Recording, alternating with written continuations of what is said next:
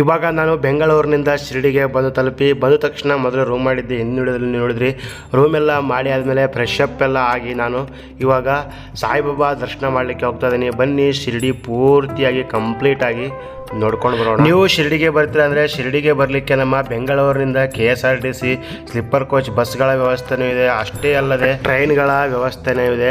ಈ ಶಿರಡಿಗೆ ಬೆಂಗಳೂರಿನಿಂದ ಡೈರೆಕ್ಟಾಗಿ ಟ್ರೈನು ಇದೆ. ನಿಮಗೆ ಡೈರೆಕ್ಟಾಗಿ ಶಿರಡಿಗೆ ಸಿಗಲಿಲ್ಲ ಅಂದರೆ ನೀವು ಕೋಪರ್ಗಾನ್ಗೆ ಬಂದು ಬರ್ಬೋದಾಗಿದೆ. ಕೋಪರ್ಗಾನ್ಗೂ ಸಿಗಲಿಲ್ಲ ಅಂದರೆ ನಾಸಿಕ್ ರೋಡ್ ಜಂಕ್ಷನ್ಗಳು ನೀವು ಬರ್ಬೋದಾಗಿದೆ. ಈ ಜಂಕ್ಷನ್ಗಳಿಂದ ಸಾಯಿಬಾಬಾ ದೇವಸ್ಥಾನಕ್ಕೆ ಹಲವಾರು ಗೌರ್ಮೆಂಟ್ ಬಸ್ಸು ಪ್ರೈವೇಟ್ ಬಸ್ಗಳ ವ್ಯವಸ್ಥೆ ಇರುತ್ತೆ. ನೀವು ಬಂದು ತಲುಪಬಹುದಾಗಿದೆ. ಬಸ್ ಸ್ಟ್ಯಾಂಡಿಂದ ಸಾಯಿಬಾಬಾ ದೇವಸ್ಥಾನ ಬರೀ 1 ಕಿಲೋಮೀಟರ್ ದೂರದಲ್ಲಿದೆ.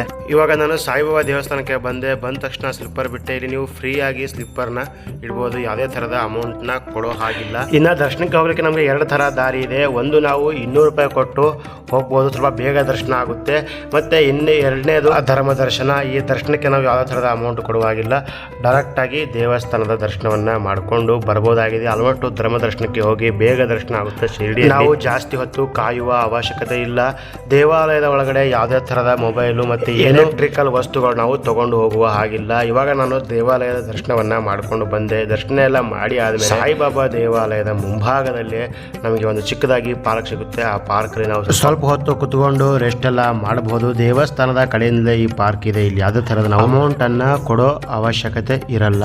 ನಾನು ಶಿರಡಿಗೆ ಬರಲಿಕ್ಕೆ ಆಗಲೇ ಬಸ್ಸು ಮತ್ತು ಟ್ರೈನು ಇದೆ ಅಂತ ಹೇಳಿದ್ದೆ.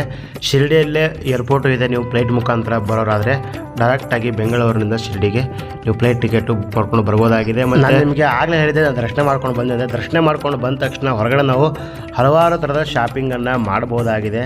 ದೇವಾಲಯದ ಪಕ್ಕದಲ್ಲೇ ನಮಗೆ ಸಾಯಿಬಾಬಾ ಮೂರ್ತಿಗಳು ಮತ್ತು ಹಲವಾರು ಥರದ ಶಾಪಿಂಗ್ ಮಾಡಲಿಕ್ಕೆ ಪ್ರತಿಯೊಂದು ಚಿಕ್ಕ ಮಕ್ಕಳಿಗೆ ಸಂಬಂಧಪಟ್ಟು ದೊಡ್ಡರು ಸಂಬಂಧಪಟ್ಟು ಪ್ರತಿಯೊಂದು ಐಟಮ್ ನಮಗೆ ಸಿಗ್ತವೆ. ಇವಾಗ ನೀವು ನೋಡ್ತಾ ಇರೋದು ದ್ವಾರಕಾಮಾಯಿ. ಈ ದ್ವಾರಕಾಮಾಯಿಯಲ್ಲಿ ಸಾಯಿಬಾಬಾ ಅವರು ತಮ್ಮ ಜೀವಮಾನದ ಅರ್ಧ ಭಾಗವನ್ನು ಇದೇ ಸ್ಥಳದಲ್ಲೇ ಕಳೆದಿದ್ದಾರೆ. ಈ ದ್ವಾರಕಾಮಾಯಿಯಲ್ಲಿ ನಮಗೆ ಒಂದು ಅಗ್ನಿಕುಂಡ ನೋಡಲಿಕ್ಕೆ ಸಿಗುತ್ತೆ. ಈ ಅಗ್ನಿಕುಂಡ ಬಾಬಾ ಯಾವಾಗಲೂ ಉರಿಸ್ತಾ ಇದ್ರು ಅಂತ ಹೇಳಲಾಗ್ತದೆ.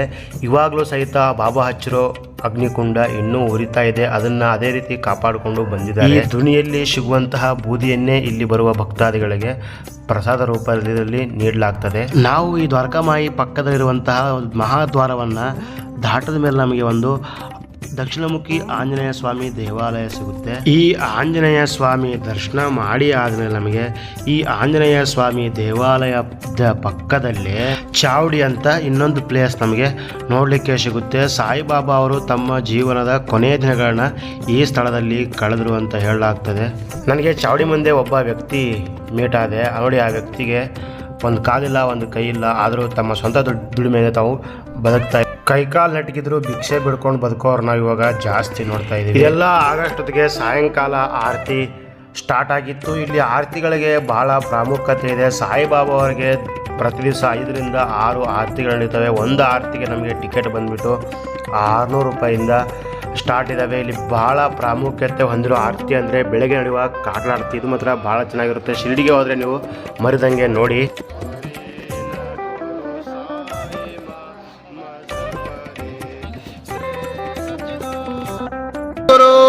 ಸಾಯಿನಾಥ್ ಮಹಾರಾಜ್ ಕಿ ಜೈ. ಇವಾಗ ನೀವು ನೋಡಿದಂತಹ ಆರತಿ ಇದು ಕೊನೆಯ ಭಾಗ. ಇದು ಬಂದ್ಬಿಟ್ಟು ಸಾಯಂಕಾಲ ನಡೆಯುವಂತಹ ಆರತಿ. ನೀವು ಆರತಿಗಳಿಗೆ ಟಿಕೆಟ್ ಬುಕ್ ಮಾಡಬೇಕು ಅಂದರೆ ಸಾಯಿಬಾಬಾ ಸಂಸ್ಥಾನದ್ದೇ ಅಫಿಷಿಯಲ್ ವೆಬ್ಸೈಟ್ ಇದೆ. ನೀವು ಈ ಅಫಿಷಿಯಲ್ ವೆಬ್ಸೈಟಲ್ಲಿ ಹೋಗ್ಬಿಟ್ಟು ನೀವು ಆರತಿಗೆ ಟಿಕೆಟ್ನ ಬುಕ್ ಮಾಡ್ಕೊಳ್ಬೋದು. ನಮಗೆ ದೇವಸ್ಥಾನದಲ್ಲಿ ಸಾಯಿಬಾಬಾ ಒಂದು ಬಂಗಾರದ ಸಿಂಹಾಸನದಲ್ಲಿ ಕಾಲ ಮೇಲೆ ಕಾಲು ಹಾಕೊಂಡು ಕುಳಿತಿರುವ ರೀತಿಯಲ್ಲಿ ಕುಳಿತು ನಮಗೆ ಬಂದ ಭಕ್ತಾದಿಗಳಿಗೆ ದರ್ಶನವನ್ನು ನೀಡ್ತಾ ಇದ್ದಾರೆ. ಸಾಯಿಬಾಬಾ ಅವ್ರ ಬಗ್ಗೆ ನೋಡಿದರೆ ಸಾಯಿಬಾಬಾ ಒಬ್ಬರು ಆಧ್ಯಾತ್ಮಿಕ ಗುರುವಾಗಿದ್ದರು.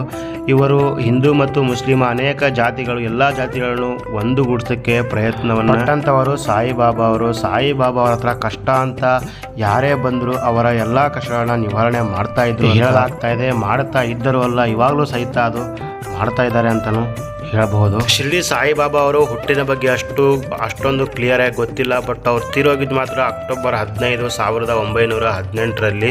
ಅದು ವಿಜಯದಶಮಿ ದಿವಸನೇ ಅಂತ ಹೇಳಲಾಗ್ತದೆ. ನಾವು ಸಾಯಿಬಾಬಾ ದರ್ಶನ ಎಲ್ಲ ಮಾಡಿ ಆದ್ಮೇಲೆ ನೆಕ್ಸ್ಟ್ ಖಂಡೋಬಾ ದೇವಸ್ಥಾನಕ್ಕೆ ಹೋಗ್ತಾ ಇದ್ದೀನಿ.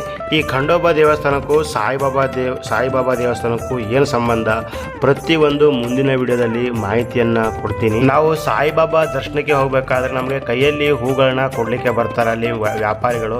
ನಾವು ಯಾವುದೇ ಕಾರಣಕ್ಕೂ ಹೂನ ತಗೊಳ್ಬಾರ್ದು. ಯಾಕಂದ್ರೆ ಒಳಗಡೆ ನಮಗೆ ಹೂಗಳಾಗ್ಲಿ ಹಾರಗಳಾಗ್ಲಿ ತಗೊಂಡು ಹೋಗ್ಲಿಕ್ಕೆ ಬಿಡಲ್ಲ. ಎಲ್ಲ ಹೊರಗಡೆನೆ ಬುಟ್ಟಿಯಲ್ಲೇ ಹಾಕಿಸ್ತಾರೆ. ಯಾಕಂದ್ರೆ ಕೊರೋನಾ ಆದಾಗಿಂದ ಆ ಥರದ ಯಾವುದೇ ವಸ್ತುಗಳು ಒಳಗಡೆ ತಗೊಂಡು ಹೋಗ್ಲಿಕ್ಕೆ ಬಿಡ್ತಾ ಇಲ್ಲ.